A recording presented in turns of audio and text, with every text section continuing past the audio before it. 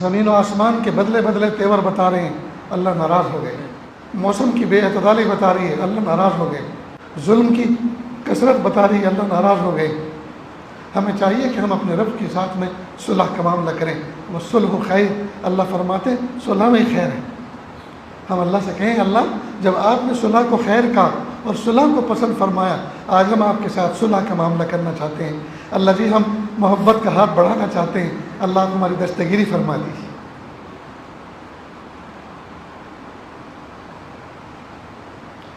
راجستھان میں ایک شہر ہے جودھ پور. جودھ پور کے اندر ایک بزرگ گزرے ہیں، حاجی عبدالغفور صاحب. ریلوے اسٹیشن کے سامنے ان کا گھر ہے. پچھلے سال ایک رات میں ان کے گھر ٹھہرا ہوں. یہ حضرت تھانوی رحمۃ اللہ علیہ کے خلفاء میں سے تھے. حاجی عبدالغفور پڑھے ہوئے نہیں تھے، امی تھے.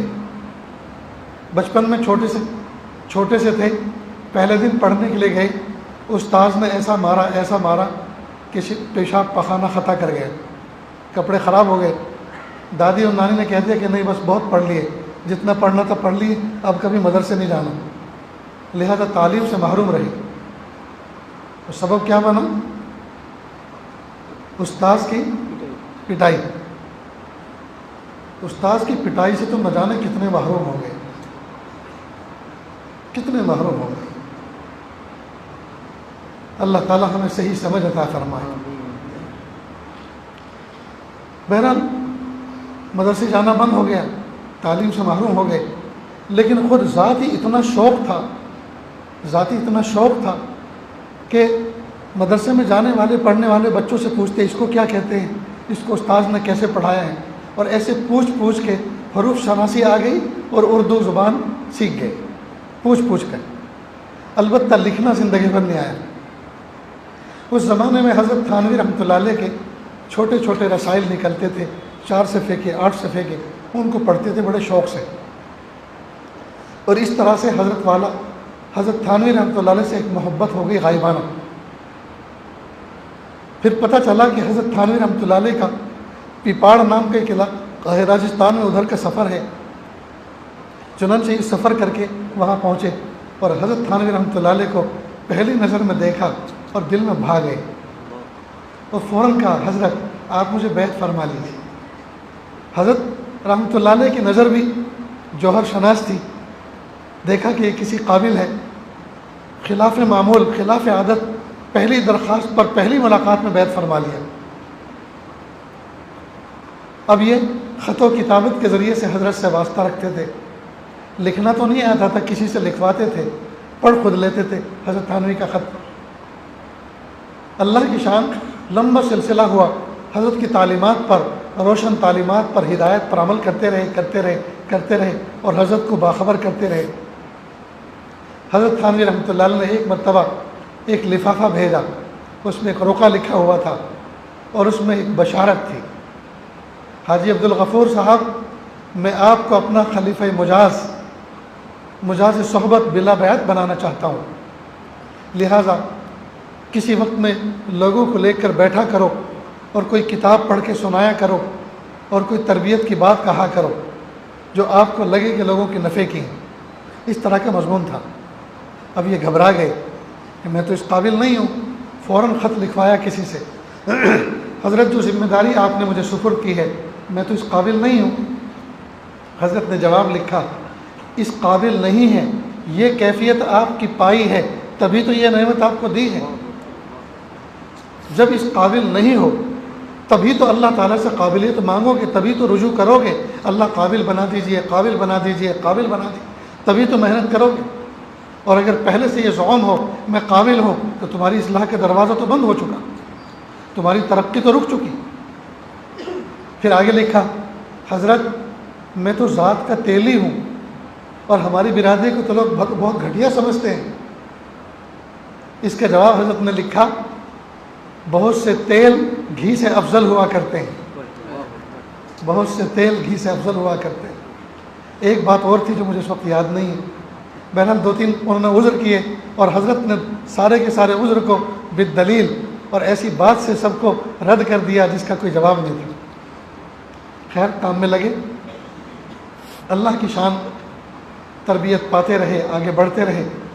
ان کے دل میں یہ شوق پیدا ہوا، میں بہت کمزور ہوں، ناقص ہوں، مجھے اللہ کی محبت میں آگے بڑھنا ہے، اور اللہ کی محبت میں آگے بڑھنے کے لیے یہ جو میرے 7-8 بچے ہیں، بچیاں ہیں اور میری بیوی ہے، ان کے ساتھ اختلاط، ان کے ساتھ روزانہ رہنا سہنا، یہ مجھے اللہ کی محبت میں آگے نہیں بڑھنے دے رہے، لہٰذا ان کو سب کو چھوڑ چھاڑ کے میں نکل پڑتا ہوں اللہ کی محبت میں۔ صحرا صحرا، دریا دریا، کوہ کوہ، پہاڑ پہاڑ، میں چلتا پھروں گا اور اللہ کی محبت میں آگے بڑھوں گا۔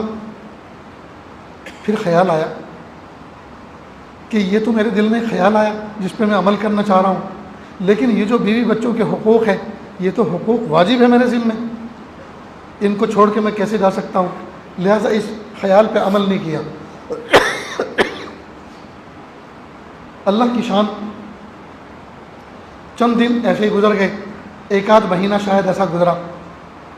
حضرت ابو ذر غفاری رضی اللہ عنہ کے حالات پر مشتمل ایک کتاب ان کو مل گئی، اور حضرت ابو ذر غفاری رضی اللہ عنہ کے حالات جو جانتا ہے وہ سمجھتا ہے کہ وہ جنگل میں رہتے تھے، وہ رہتے نہیں تھے، ان کو تو رکھا گیا تھا ایک خاص حکمت کے تحت۔ بس ان کو پڑھ کے ان کو پھر سے جذبہ آیا، مجھے بھی نکلنا چاہیے، جب صحابی رسول جنگل میں رہتے تھے اللہ کی محبت میں، مجھے بھی نکلنا چاہیے۔ چنانچہ رات کے وقت میں اپنے اس ارادے پر عمل کر لیا۔ گھر کے اندر کل 40 روپیے تھے، جمع پونجی صرف 40 روپیے تھے، اس میں سے 3 یا 4 روپیے نکالے اور سب کو ایک نظر دیکھا سوتے ہوئے اور نکل گئے۔ اسٹیشن سامنے ہی تھا، وہاں سے ٹرین نہیں پکڑی، جانا تھا دلی، اور دلی سے پہنچنا تھا تھانہ بھون، تاکہ اپنے شیخ کی خدمت میں ایک مدت مدیدہ رہ سکیں اور مزید تربیت حاصل کریں، اور اس کے بعد پھر صحرا صحرا اور کوہ کوہ اور پہاڑ پہاڑ گھومتے پھریں اللہ کی محبت میں۔ سوچا اگر اپنے مقامی اسٹیشن سے چلوں گا تو کل میری ڈھونڈ مچے گی، نہ جانے کتنے لوگ مجھے دلی کی طرف ٹرین میں چڑھتے ہوئے دیکھ لیں گے، تو وہ اطلاع کریں گے کہ ہم نے ان کو فلاں ٹائم پر چڑھتے ہوئے دیکھا ہے، تو لوگ اسی سمت میں مجھے ڈھونڈنا شروع کریں گے، آ کے پکڑ لیں گے۔ لہٰذا 40 میل پیدل چلے، اور پیپاڑ نام کا ریلوے اسٹیشن ہے، وہاں سے بیٹھے ٹرین میں اور دلی پہنچے۔ صبح سویرے جب دہلی پہنچے، تھانہ بھون کی طرف جانے والی ٹرین شام کو 6 بجے تھی۔ دن بھر کیسے گزاریں؟ 2 کتابیں ساتھ میں تھیں، ان کا مطالعہ کرتے رہے، ایک مسجد میں بیٹھے رہے، پڑھے رہے، اور پورے دن میں صرف ایک مولی کھائی۔ حضرت تھانوی رحمۃ اللہ علیہ کی ملفوظات پر مشتمل کوئی کتاب تھی، اور حضرت حاجی امداد اللہ مہاجر مکی رحمۃ اللہ علیہ کی ایک کتاب تھی۔ تو حضرت حاجی صاحب کی ایک کتاب پڑھ رہے تھے، پڑھتے پڑھتے ایک حکایت پر نظر پڑی۔ اس حکایت میں واقعہ تھا کہ ایک نوجوان تھا، اس کے دل میں یہ جذبہ پیدا ہوا کہ مجھے اللہ کی محبت میں آگے بڑھنا ہے،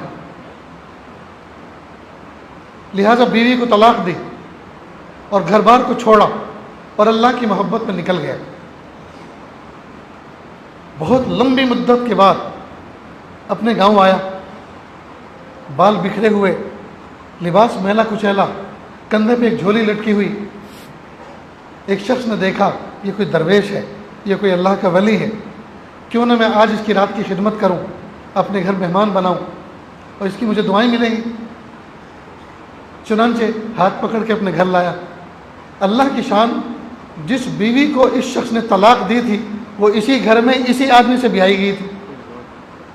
تو جب یہ گھر میں داخل ہوا، اس عورت نے دیکھا، اوہ ہو، یہ تو بہت پرانا کھلاڑی آیا ہے، یہ تو بہت پرانا کھلاڑی آیا ہے۔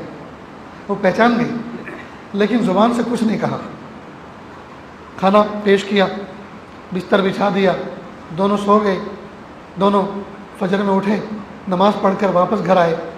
اس دوران اس عورت نے اپنے اس سابقہ شوہر کی، جس نے طلاق دی تھی، وہ جھولی چیک کی کہ یہ جھولی میں کیا لیے پھر رہا ہے، تو دیکھا اس میں بہت سارا سامان ہے۔ اس کو چھیڑا نہیں، دیکھ کے رکھ دیا۔ جب یہ ناشتہ کر چکے، وہ راجستھانی علاقائی جو پردہ ہوتا ہے، لباس ہوتا ہے ان کا، گھونگھٹ نکالے ہوئے آ پوچھا، بابا یہ جھولی میں کیا لیے پھر رہے ہو؟ اسے پھر بھی پتہ نہیں چلا کہ یہ میری مطلقہ بیوی ہے۔ وہ تو مست بن چکا تھا اللہ کی محبت میں۔ اس نے پوری جھولی پلٹی، کہا، بڑی بھی یہ چھوٹے چھوٹے برتن ہیں، سفر میں کبھی ضرورت پیش آ جائے پکانے کی تو 3 پتھر رکھ کے اس کا چولہا بنا لیا جائے، نیچے تن کے سلگا دیے جائیں، اس میں دال چاول بنائے جا سکتے ہیں۔ یہ تھوڑا سا آٹا لیے پھر رہا ہوں، یہ کچھ دال ہے، کچھ مرچ مسالے ہیں، اور یہ سوئی دھاگا ہے، کبھی کپڑے پھٹ جائیں تو اس سے رفو کر لیا جائے۔ یہ سب ضرورت کی چیزیں ہیں۔ جب اس نے یہ بات کی یہ سب ضرورت کی چیزیں ہیں، اس نے پیچھے سے ایک دھپ مارا زور سے اور کہا بیوقوف، اس پوری کائنات میں تجھے میں ہی دنیا نظر آئی تھی کہ مجھے چھوڑ کے چلا گیا؟ اگر یہ سب ضرورت کی چیزیں ہیں جن کو لیے پھر رہا ہے تو میں بھی تو ضرورت کی چیز تھی کہ تجھے حرام سے بچا رکھا تھا، اور اگر میں ضرورت کی نہیں تھی تو یہ بھی تو ضرورت کی نہیں ہے، ان کو کیوں نہیں پھینکتا، ان کو کیوں سینے سے لگائے پھرتا ہے؟ بڑی عجیب بات کہی۔ حاجی عبدالغفور صاحب جب پڑھتے پڑھتے اس مقام پہ پہنچے تو 14 طبق روشن ہو گئے، ہائے مجھ سے بھی تو کچھ ایسا ہی ہوا ہے، بس فرق اتنا ہے کہ میں اپنی بیوی کو طلاق دے کے نہیں آیا، لیکن چھوڑ کے تو آ گیا نا، پیچھے کا کوئی نظام تو نہیں بنایا، روزی روٹی کا تو کوئی نظام بنا کے نہیں آیا، بچوں کی کفالت کا کوئی نظام بنا کے تو نہیں آیا۔ اب میں حضرت تھانوی کے پاس شام کو رات کو پہنچوں گا، حضرت صبح میں مجھ سے دریافت کریں گے کیوں آئے ہو، میں کہوں گا اللہ کی محبت میں آیا ہوں۔ کہا بیوی بچوں کا کیا، ان کے کیا معاملہ بنا کر آئے ہو؟ اس کا تو میرے پاس کوئی جواب نہیں، ڈانٹا جاؤں گا وہ الگ، واپس کھدیڑ دیا جاؤں گا وہ الگ، سب کے سامنے رسوائی ہوگی، فضیحت ہوگی وہ الگ، بہتر یہ ہے کہ وہاں جانے سے پہلے خود ہی چلو۔ چنانچہ وہیں سے دلی سے واپس ہو گئے۔ آنے جانے میں اس پورے واقعے میں 3 دن 3 رات لگی۔ گھر جب پہنچے رو رو کے بچوں کا برا حال تھا، اور بیوی نے 3 دن میں ایک حلق سے نیچے ایک دانہ تک نہیں اتارا تھا، رو رو کے برا حال تھا۔ سب سے معافی مانگی، میری ایک اجتہادی غلطی ہوئی ہے، اس وجہ سے تمہیں یہ نقصان ہوا، یہ تکلیف اٹھانی پڑی، اللہ کے لیے مجھے معاف کر دو۔ اس واقعے کو ذکر کرنے کے بعد در حقیقت ایک نتیجہ نکالنا تھا اس سے۔ اگر ہم صالح مطالعہ جاری رکھیں اور کسی صاحب نسبت بزرگ سے اپنا اصلاحی تعلق قائم کریں، یہ 2 چیزیں ایسی ہیں کہ اگر آدمی نفس و شیطان کے غلبے سے اگر راستے سے ہٹا بھی دے تو بہت زیادہ دن ہٹا ہوا نہیں رہتا، اللہ پاک راہ راست پر بہت جلدی لا دیتے۔ اگر پٹری سے گاڑی اتر جائے تو بہت زیادہ دیر اتری نہیں رہتی، اللہ پاک بہت جلدی پٹری پر لا کے کھڑا کر دیتے۔ یہ کب ہوتا ہے؟ جب صالح مطالعہ جاری رکھے اور صاحب نسبت بزرگوں سے اپنا تعلق باقی رکھے، ان کی آہی سحرگاہی، ان کی دعائیں، ان کی توجہات آدمی کو بھٹکنے نہیں دیتے، آدمی کو بھٹکنے دیتے۔ اللہ پاک دستگیری فرماتے ہیں۔ شیخ کون ہوتا ہے؟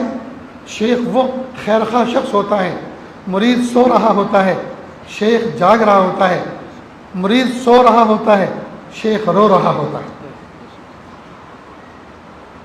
یہ کوئی معمولی نسبت نہیں ہے، یہ کوئی معمولی رشتہ نہیں ہے، لیکن افسوس کی بات ہے سارا کا سارا نظام درہم برہم ہو چکا ہے، ہر شعبے کے اندر تنزلی آ چکی ہے۔ طلبہ اب وہ نہ رہے جیسے ہونے چاہیے تھے۔ پہلے زمانے میں اساتذہ کرام طلبہ کو جب کتاب پڑھاتے تھے، کتاب کے ساتھ ساتھ کتاب دل بھی پڑھاتے تھے، ظاہری تربیت کے ساتھ ساتھ باطنی تربیت فرما دیتے تھے، یہاں تک